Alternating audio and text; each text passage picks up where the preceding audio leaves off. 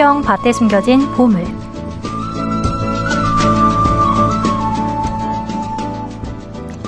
이 코너는 다가오는 주일 전까지의 한 주간 미사의 복음과 독서를 복습하는 시간으로 가톨릭 신자들이 성경을 읽으면서 생겼던 궁금증들을 풀어보고 성경 안에 담긴 의미를 이야기 나눠보는 시간인데요. 성경 그 안에 숨겨진 보물을 함께 찾아보는 행복한 여정의 안내자가 되어주고 계신 진도진길 본당의 김성기 요한 금구신부님과 함께합니다. 신부님 어서 오세요. 네, 안녕하세요. 반갑습니다. 김성기 요한 금구신부입니다. 네, 신부님 요즘 여름이 길어졌다고는 하지만 통상적으로 7월, 8월을 여름이라고 하잖아요. 그리고 모기의 입이 비뚤어진다는 처서도 지났고 말이에요. 신부님께서 지난 여름 돌아보면 어떤 기억들이 나시는지, 올여름은 어떤 여름이었다는 생각이 드시나요? 아직은 여름이 다 안 끝난 것 같아서요. 그쵸, 뭐 정의 네. 내리기는 쉽지 않은데. 네. 그래도 지난 그 입추 지나고 나서는 저희 네. 이제 제가 있는 진도는 조금 아침 저녁으로 선선해졌거든요. 그래요? 제가 며칠 전에 광주에서 한번 자보니까 네. 광주가 훨씬 더운 것 같아요. 그런 그래서 것 같아요. 네, 네. 아무튼 도시가 더 덥구나라는 생각, 새삼 시골에 사는 사람으로서 생각을 했고요. 네. 지난 여름 생각하면 뭐 아무래도 우리 주일학교 아이들하고 같이 다녀왔던 제주도 이제 그 여름 캠프 기억이 좀 많이 나고, 네. 근데 꼭 그런 이제 제 개인적 이제 그런 기억이고, 네. 근데 꼭 이 올해 여름은 막 그런 폭우나 이런 것 때문에 또 피해 입고 또 돌아가시도 하고 이런 일들이 다른 때보다 더 많았던 것 같아요. 제 기억에 태풍 온다는 얘기는 안 들어봤는데 예. 폭우 때문에 이렇게 맞아요. 많은 피해가 있었던 적이 있었나 할 정도로 좀 이상한 맞아요. 여름이었지 않나. 그래서 정말 기후가 많이 변화됐다는 것을 새삼 느끼는 올해 여름인 것 같습니다. 네, 말씀하신 것처럼 많은 일이 있었고 또 무더워서 더 길게 느껴졌던 여름의 끝자락을 보내고 있는데요. 모쪼록 올여름 좋았던 기억만 남기시고요. 남은 여름도 건강하고 즐겁게 잘 보내셨으면 합니다. 9월에는 좀 선선해져서 그런 좀 바람이 있는데 오늘 그런 바람을 좀 가져보면서 본격적으로 방송을 시작해 보도록 하겠습니다. 신부님 연중 제21주일이었던 8월 24일부터 오는 주일 전까지인 8월 31일 토요일까지의 독서와 복음 말씀을 살펴보는 시간 가져볼 텐데요. 오늘은 성경 속 어떤 보물을 함께 이야기 나눠볼까요? 네. 오늘 시간을 준비하면서 사실 그 어떤 글을 쓰는 것보다 제목을 정하는 게 더 어려울 때가 있긴 한데요. 네. 이번 제 연중 21주간 동안 들었던 말씀들 중에서 그냥 한번 이제 지나가듯이 읽어보면 전혀 다른 어떤 좀 상반된 표현들, 내용들을 전하고 있는 것 같지만 그 본질에는 어쩌면 같은 마음이 담겨져 있지 않을까 하는 생각이 드는 말씀들을 함께 살펴보려고 합니다. 네, 맞습니다. 동전의 앞면과 뒷면이 전혀 다른 것 같아도요. 사실은 크게 봤을 때 결국 같은 동전이잖아요. 태양을 가리킬 때도 각자 선 위치에 따라서 가리킨 방향은 다를 수는 있어도 결국에는 그 끝에는 태양이 있는 것처럼 말이에요. 이렇게 생각해보면 될까요, 신부님? 제가 생각했던 것보다 더 심오하게 생각하신 것 같은데요. 네. 뭐 그렇다고 할 수 있겠죠. 네. 그래서 지난 월요일부터 수요일까지 연속적으로 들었던 마테오복음을 우리가 들어왔는데요. 그 중에서 23장 13절부터 32절의 말씀, 그리고 금요일을 제외하고는 이제 오늘을 제외하고는 네. 이번 한 주간 동안 제1독서로 쭉 듣고 있는 사도 바오로의 테살로니가 공동체에 보내는 첫 번째 편지를 좀 먼저 각각 알아보고요. 그 안에 담겨있는 공통된 마음들이 우리에게 어떤 보물을 발견하게 할지 생각해 보겠는데, 아까 말했던 대로 주제를 잡는 게 제일 어려운데 네. 오늘 제가 잡은 주제는 우리를 바라보시는 주님의 마음에 대해서 한번 이 각각의 말씀들을 묵상하시면서 생각해 보시면 좋겠습니다. 그래서 먼저 지난 월요일부터 수요일까지 이제 쭉 연이어서 들었던 마테오복음 23장에서 이제 예수님께서는 율법학자들과 또 바리사이들에 대해서 좀 강한 어조로 이제 말씀을 하시는데요. 네. 잠깐 이제 여기서 언급할 것은 뭔가 좀 어색하죠. 예수님과 보통 대척점에 있던 예수님을 반대하던 세력들 중에서 사두가입파는 여기에 빠져 있단 말이에요. 예수님의 그 말씀의 대상에. 그래서 왜 이 사두가 가장 또 이제 기득권이었고 예수님과 대립적이었던 사두가입파가 이 마태복음 23장 예수님의 말씀에서는 제외되었는지 한번 생각해 볼 필요가 있겠습니다. 네, 사두가이파도 당시 꽤 비중이 있는 세력이었음에도 불구하고 왜 말씀 대상에서 제외되었을까요? 우리가 흔히 이제 마테오복음이 기원 후 80년경에 이제 쓰여졌다라고 우리가 생각을 하는데, 네, 그렇게 생각을 하면 이미 10년 전인 기원 후 70년에 예루살렘 성전은 로마 제국에 의해서 완전히 파괴가 되거든요. 예. 역사적으로 볼 때. 이렇게 유다인들의 어떤 종교적, 사회적 모든 것의 어떤 중심이었던 성전이 파괴되고 나니까 성전에서 대사제 역할을 하던 사두가이파들도 당연히 사라지게 됐겠죠. 네, 대신 이제 유다인들의 삶은 그런 예루살렘에 있던 성전 중심에서 각 지방에 있는 이제 회당 중심으로 변화가 되고, 그래서 이제 회당에서 율법을 해석하고 가르치는 율법학자들, 또 그 율법의 어떤 철저한 준수를 강조하고 실천하는 바리사이파들은 계속 그 세력이 유지되었기 때문에 마테오복음 안에서 특히 이제 23장 안에서 사두가이파에 대한 언급은 좀 제외된 것으로 이제 보입니다. 예수님이 이제 이 마테오복음 23장에서 불행하여라라는 이제 말씀과 함께 율법학자들과 바리사이들에 대한 이제 7가지를 이제 고발을 하시는데, 네, 이 불행 선언은 마테오복음 5장에 이제 우리가 흔히 하는 행복 선언, 산상설교 때 하시는 행복 선언과 좀 대비되면서 세상이 말하는 행복과 불행의 기준을 예수님께서 완전히 새롭게 하시는 거죠. 예수님의 말씀이 늘 우리에게 좀 놀라운 것은 예수님 하신 말씀이 세상에서 추구하거나 바라는 그런 기준이 아니라 완전히 때로는 뒤엎어버리는, 예를 들어 뭐 지난주 아마 복음에도 그랬지만 첫째가 꼴찌되고 꼴찌가 첫째 될 것이다라고 했을 때도 이것은 우리가 생각해보지 않았던 그 전까지는 예, 하지만 완전 새로운 어떤 가르침이잖아요. 그래서 그런 것처럼 완전히 이제 행복과 불행의 기준을 새롭게 하시는 말씀들을 이제 하시는데, 예수님께서 이 율법학자들과 바리사이들에 대해서 좀 이렇게 강한 어조로 말씀하시는 이유를 마테오복음 23장 초반에서 3절 이하에서 좀 찾아볼 수 있겠습니다. 네, 그들의 말만 듣고 행동은 따라하지 말라는 내용의 아주 유명한 구절이죠. 그렇죠? 네, 율법학자들과 바리사이들이 말하는 것은 다 실행하고 지키되 그들의 행실은 따라하지 마라.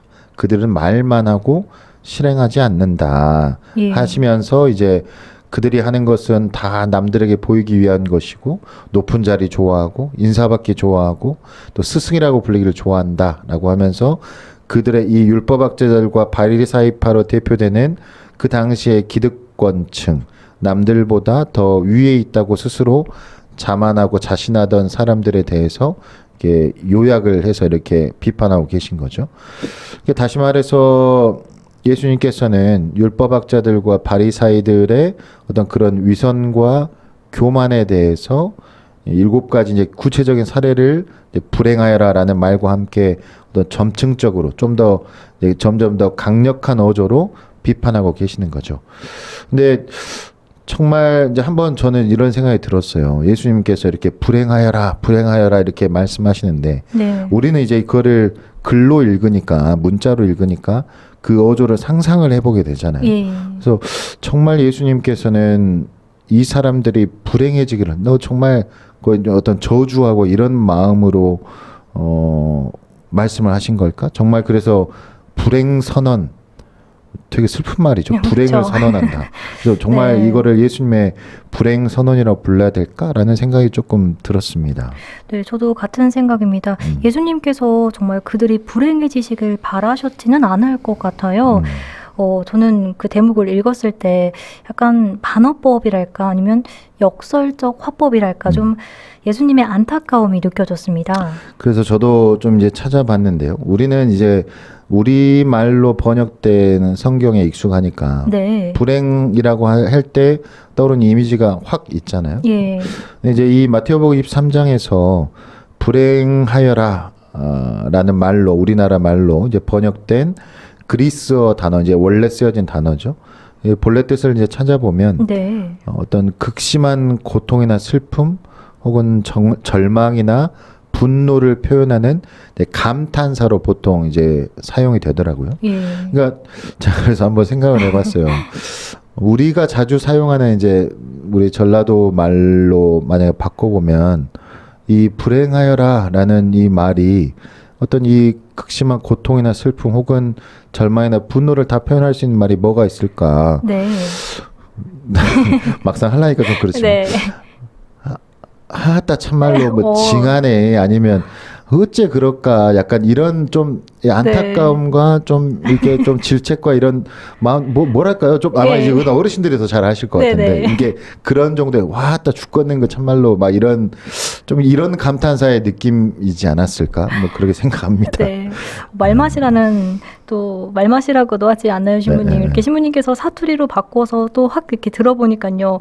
불행하여라라는 말보다 그 의미가 확실히 마음에 좀 확 닿는 것 같습니다. 그러니까 저도 네. 그래서 이게 말을 좀 우리나라 이제 감탄사로 바꿔서 네. 번역을 하면서 내용의 흐름상으로는 이제 이 단어가 불행하여라라고 아마 좀 이제 선택을 해야 되니까요. 어찌됐건 예.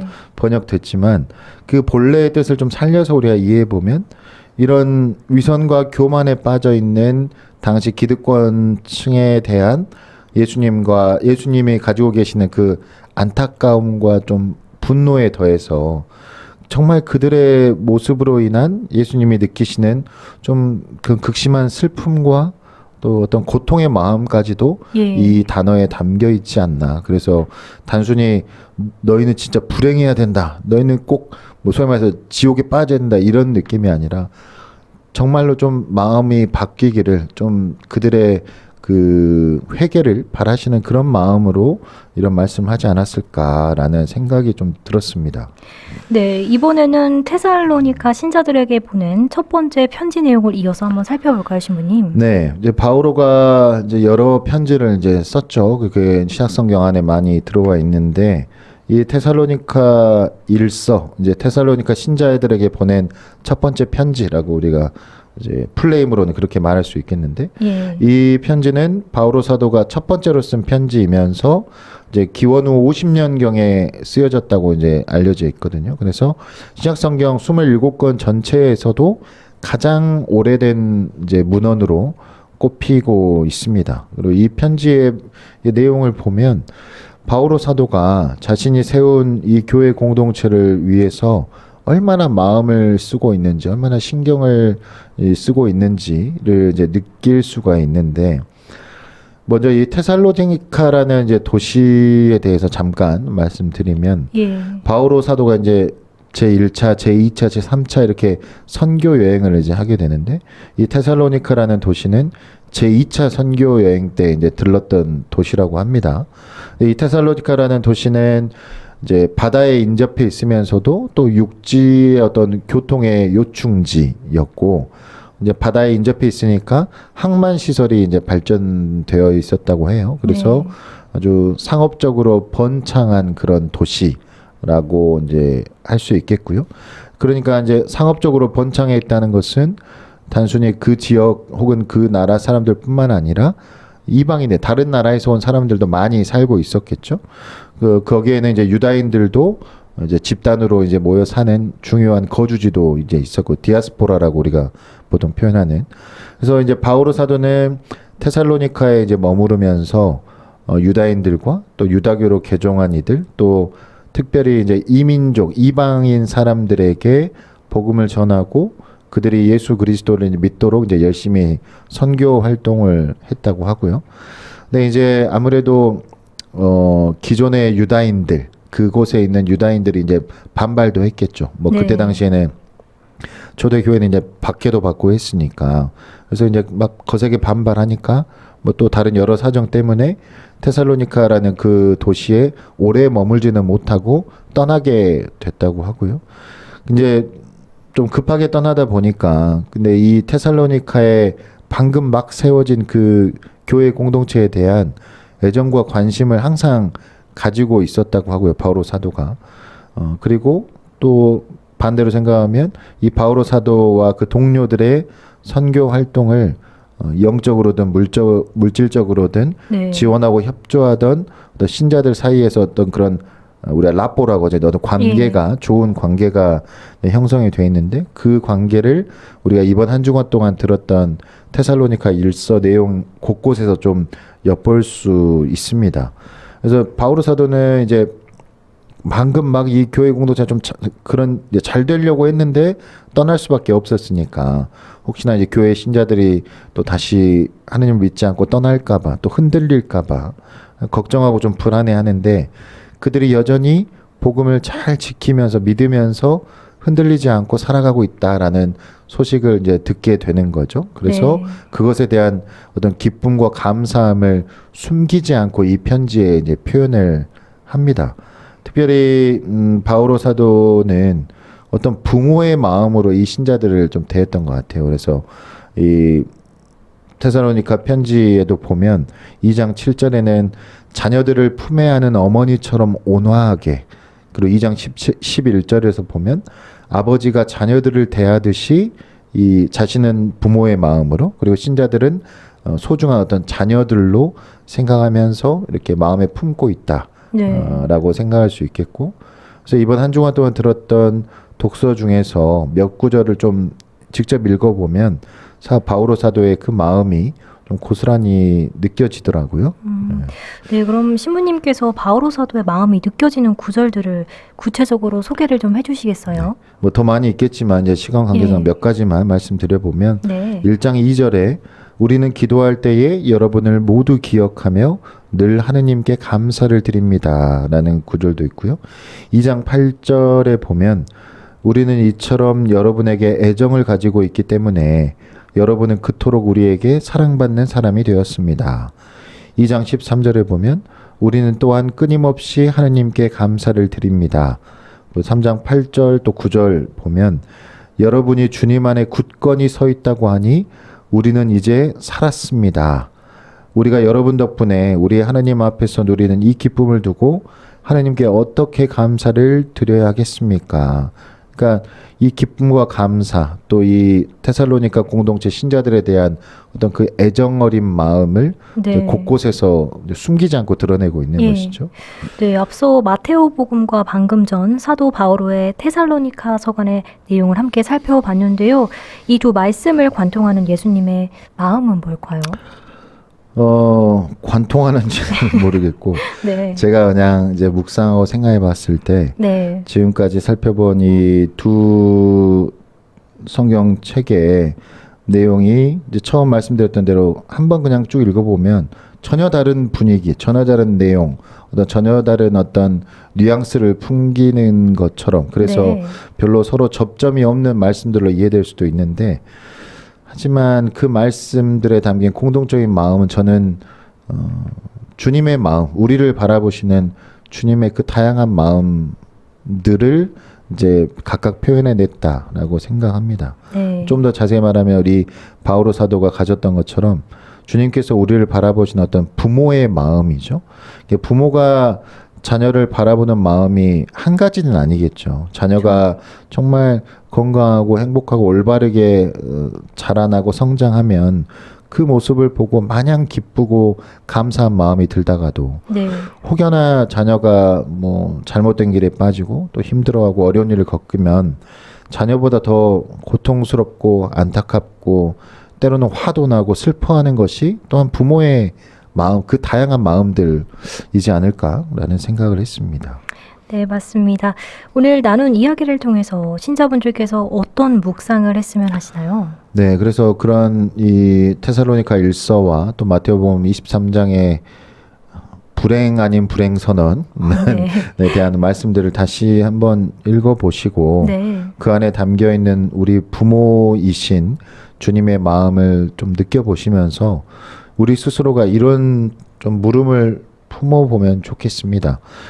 그러니까 지금 나의 모습을 보시면 주님께서는 어떤 마음을 가지실까? 나를 보고 안타깝고 슬퍼하실까? 아니면 나의 모습으로 인해서 주님께서 기뻐하시고 행복해 하실까? 라는 물음을 좀 가져보면 좋겠고요. 네.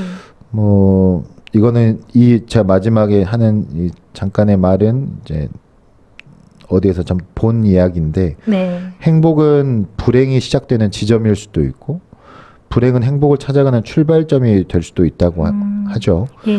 행복한 사람은 불행을 생각하지 않죠. 마냥 행복하니까.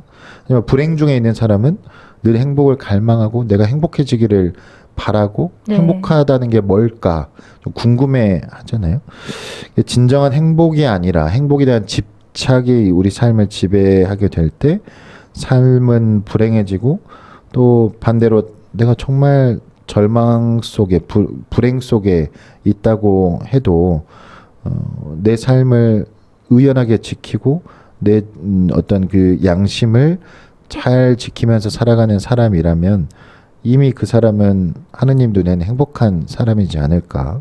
그래서 우리가 잠시 지나갈 이 세상에서 얻을 수 있는 행복이 아니라 네. 영원하신 주님 안에서 얻을 수 있는 행복을 희망하고 또 그 행복을 위해서 하루하루 행동하고 실천하는 그런 우리 신앙인들이 되시면 좋겠다 싶습니다. 네, 신부님 다음 이 시간에는 조금 색다른 모습으로 특별한 분과 함께 찾아오실 예정이죠. 다음 주 예고를 아주 살짝만 해주시겠어요? 이거 다 말해도 되나요? 모르겠네요. 아무튼, 네. 제가 안 나오진 않지만 네. 또 다른 누군가와 함께 나와서 네. 또 그 한 주간의 말씀에 대해서 좀 나눠보는 시간. 그래서 우리 아나운서님을 살짝 이제 쫓아내고 제가 그 자리에 앉아볼까 합니다. 네. 네, 신부님. 네. 오늘도 좋은 말씀 잘 들었습니다. 진도진길 본당 김성긴 신부님과는 여기서 인사 나누도록 하겠습니다. 신부님, 감사합니다. 감사합니다.